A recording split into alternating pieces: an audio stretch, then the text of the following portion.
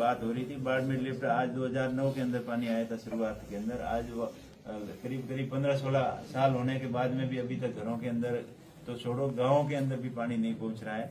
इसके लिए उनको निर्देशित किया तो उन्होंने बताया कि मोहनगढ़ के अंदर बिजली बराबरी देता है, वो इस तरीके के बयान की शोभा नहीं देती। जिस तरीके से उन्होंने बोला कि क्या अम्बेडकर कर रहे हो, इतना नाम भगवान का लेते तो 7 जन्म आपको स्वर्ग मिल जाता है।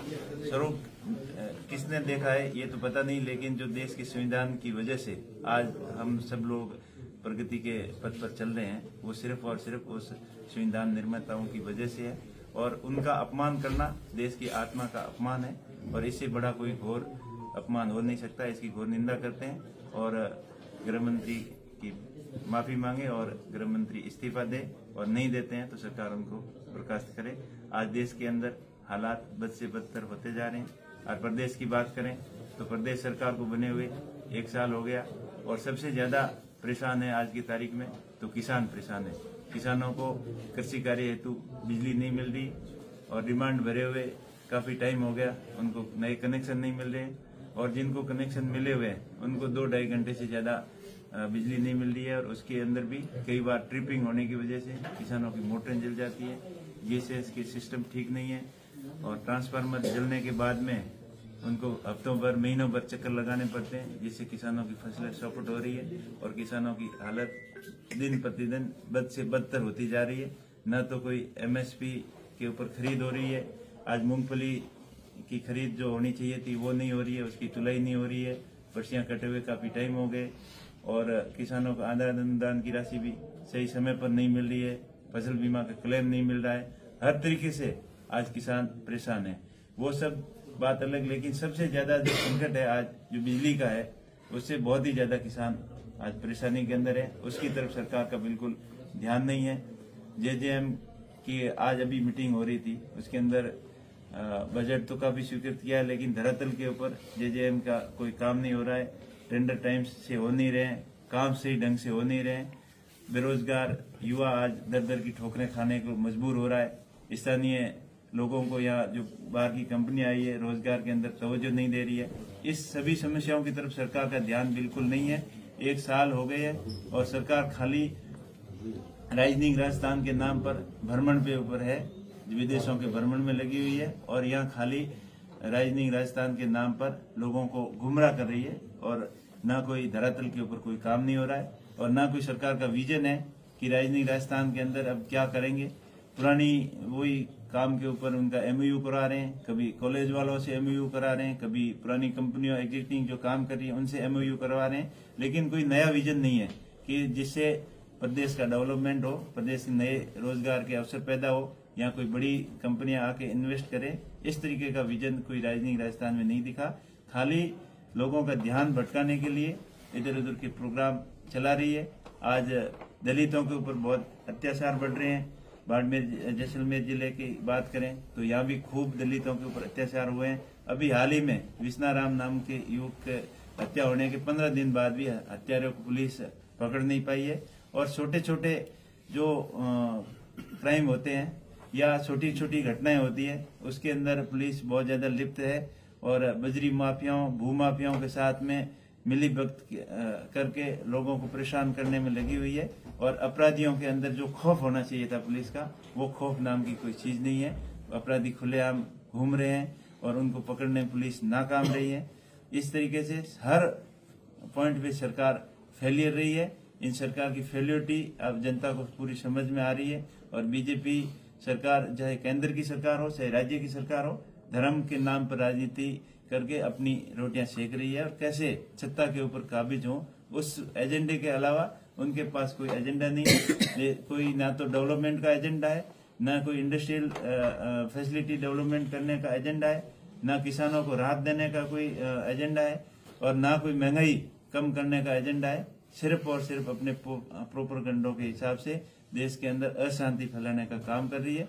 इन सभी मुद्दों को लेकर आज प्रेस मीडिया के सामने ये प्रेस वार्ता रखी गई, जिससे इस सरकार के कारनामों का खुलासा हो और लोगों को समझ में आए और सरकार के ऊपर दबाव बने, ताकि समय रहते हुए सरकार जनहित के कार्यों की तरफ ध्यान दे। गृह मंत्री के बयान के बाद में लोकसभा में आप लोग प्रदर्शन कर रहे थे, उस दौरान एक धक्का मुक्की भी हुई और आपके नेता राहुल गांधी के ऊपर एक FIR भी दर्ज हुई है। वो बिल्कुल झूठी FIR थी, मैं खुद वहां खड़ा था, ऐसा कुछ नहीं हुआ। ऊपर CCTV कैमरे लगे हुए हैं, अगर उस कैमरे की क्लिप दिखाए ना तो देश के सामने सच्चाई आ जाएगी अपने आप। वो सिर्फ और सिर्फ देश का ध्यान भटकाने के लिए इस मुद्दे के ऊपर पूरे देश के अंदर इस बयान के प्रति आक्रोश था, उस आक्रोश से इस मुद्दे से ध्यान भटकाने के लिए उसने ये प्रोपेगेंडा किया। और वैसे प्रदर्शन करना विपक्ष का काम होता है, वो कुछ घायल नहीं है, बिल्कुल झूठी है। और मैंने खुद देखा है, मेरे सामने की घटना है और कोई धक्का मुक्की नहीं हुई। वो आपस में बिल्कुल जैसे चल रहे थे, तो आपस में वो बुजुर्ग आदमी थे तो थोड़ा सा डिसबैलेंस होकर नीचे गिर गए थे। बाकी किसी ने उनको धक्का नहीं दिया था और ना कोई गंभीर चोट लगी है। ये खाली सिर्फ देश का ध्यान भटकाने के लिए ये झूठे और इस तरीके के प्रोपेगेंडे हैं। बाकी इसके अंदर कोई सच्चाई नहीं है। राहुल जी क्यों धक्का देंगे? हम तो बिल्कुल साथ में थे, ऐसी कोई धक्का मुक्की वाली बात ही नहीं हुई थी। और हम तो वहां पर जो अम्बेडकर जी का अपमान किया था उसके खिलाफ अपना प्रदर्शन कर रहे थे और शांतिपूर्ण तरीके से पार्लियामेंट के अंदर जा रहे थे। तो बीजेपी की महिला सांसदों ने और पुरुष सांसदों ने मिलकर जबरदस्ती रास्ता रोका और हमारे सामने आकर टकराव करने की स्थिति में आए, लेकिन हमने वहां शांति बनाए रखी और ऐसी कोई घटना नहीं हुई। तो ऊपर 2 बड़े CCTV कैमरे लगे हुए हैं, अगर उसकी क्लिप सामने लेके आ जाए, अगर उसमें अपने आप सच्चाई का पता चल जाएगा। और लेकिन मैं आपके माध्यम से देश को बताना चाहूंगा, मीडिया के बंधुओं को के माध्यम से, कि इस तरीके की घटना बिल्कुल निंदनीय है और देश के सबसे बड़े लोकतंत्र के मंदिर के सामने ऐसे ड्रामे करना बिल्कुल गलत है। और इससे ऐसी घटनाओं से लोगों का विश्वास हटता है और सरकार की निष्क्रियता साफ जाहिर होती है। आपके खिलाफ तो मुकदमा, आपके नेता के खिलाफ मुकदमा दर्ज हो गया, लेकिन आपने जो रिपोर्ट दी थी उस पर FIR दर्ज तक नहीं हुई। वो तो बिल्कुल मैं कह रहा हूँ ना, ये मनमानी कर रहे हैं। हमने तो छोटे शहरों के अंदर या छोटी मोटी घटनाओं के मामले में ऐसे सुना कि पुलिस स्थानीय लोगों के दबाव में, नेताओं के दबाव में कार्रवाई नहीं कर रही है, पर वहाँ इतना बड़ा पार्लियामेंट के सामने ऐसी घटना होना बिल्कुल निंदनीय है। और ये सरकार की हम घोर निंदा करते हैं कि इस तरीके का कृत्य करना देश के सामने ठीक नहीं है। जेजेएम की मीटिंग में आज आपने नाराजगी बताई थी किसी मामले को लेकर, आपने क्या मामला था? जेजेएम के अंदर जो जल कनेक्शन हुए हैं, घर घर कनेक्शन, वहाँ कनेक्शन तो हो गए, लेकिन पानी पहुंचने का कोई अता पता नहीं है। इन्होंने बोला था कि 112 गांवों के अंदर हमने पानी घर घर तक पहुंचा दिया है। तो हमने फिजिकल वेरिफिकेशन के लिए कॉल किया, तो उन्होंने यही बताया कि पानी तो बिल्कुल नहीं आया है, लेकिन कनेक्शन जरूर हुए हैं। और एक आधी बार जब टेस्टिंग किया था तब छोटा मोटा पानी पहुंचा था, वो भी थोड़ा बहुत।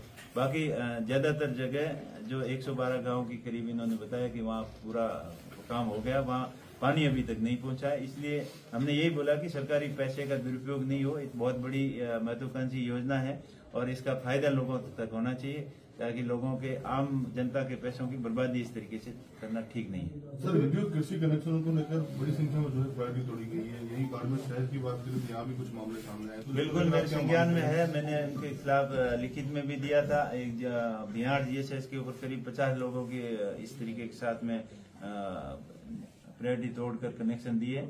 इन सब के खिलाफ सख्त सख्त कार्रवाई करने के निर्देश दिए। डिस्कॉम से ट्रांसफर तक चोरी हो जाते हैं, उसके बावजूद कोई कार्रवाई नहीं होती। बिल्कुल डिस्कॉम का रवैया बिल्कुल ढुलमुल है, कोई ध्यान देने वाला नहीं है।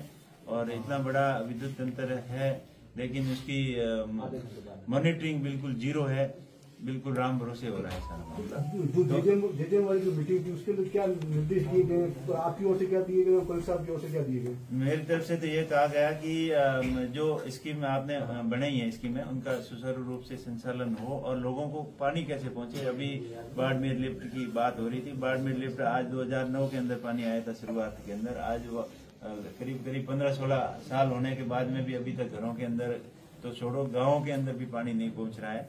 इसके लिए उनको निर्देशित किया, तो उन्होंने बताया कि मोहनगढ़ के अंदर बिजली बराबर नहीं मिल रही है, इसलिए पंप हाउस काम नहीं कर रहे हैं। एक पंपिंग स्टेशन चल रहा है, 2-3 पंपिंग स्टेशन अभी चल नहीं रहे। तो उन्होंने डिमांड कर रखी है कि बिजली मिले और पंपिंग शुरू हो तब पानी आए। लेकिन उनको सख्त निर्देश दिए कि पानी की एक तो चोरी नहीं हो और डिस्ट्रीब्यूशन सही सिस्टम से हो, ताकि हर उपभोक्ता तक पानी पहुंचे। तो धरातल की स्थिति को जानने के लिए रैंडमली 4-5 गाँवों में जाके कोई कमेटी बनाई गई है? बिल्कुल, आज उनको यही बोला कि आपने जो गांव बोल रहे हो कि हमने पूरे कनेक्शन कर दिए, उन गांव का हमें फिजिकल वेरिफिकेशन करवाएं, हमको साथ में ले जाके बताएं कि यहाँ घर तक पानी जा रहा है। तो उन्होंने बोला कि आने वाले समय में ये करेंगे। ओके।